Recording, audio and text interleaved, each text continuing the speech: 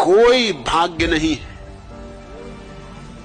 भाग्य की विडंबना बहुत हो चुकी। और कौन है जिम्मेवार इसके लिए? जिम्मेवार है तुम्हारा भाग्यवाद।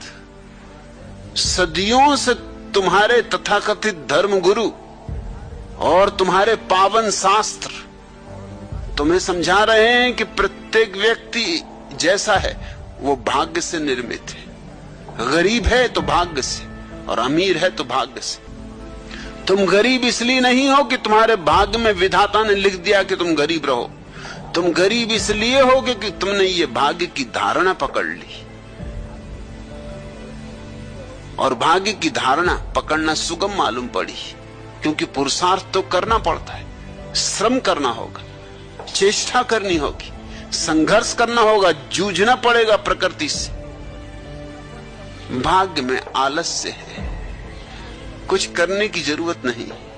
अभी भी तुम बैठे हो ज्योतिषियों के पास जन्म कुंडली लिए हुए। अभी भी तुम हस्तरेखाविदों को हाथ दिखा रहे हो। ये भाग्यवाद जला डालो, और जहां जहां भाग्यवाद की लकीरें मिलती हो जिन जिन शास्त्रों में, उनको भी खाक कर दो, उनसे छुटकारा कर लो।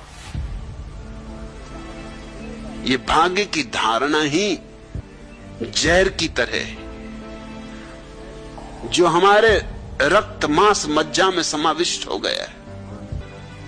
और छोटे मोटे लोग ही भाग्य नहीं सिखा रहे हैं, तुम्हारे तथाकथित बड़े से बड़े लोग भाग्य की ही बकवास कर रहे हैं।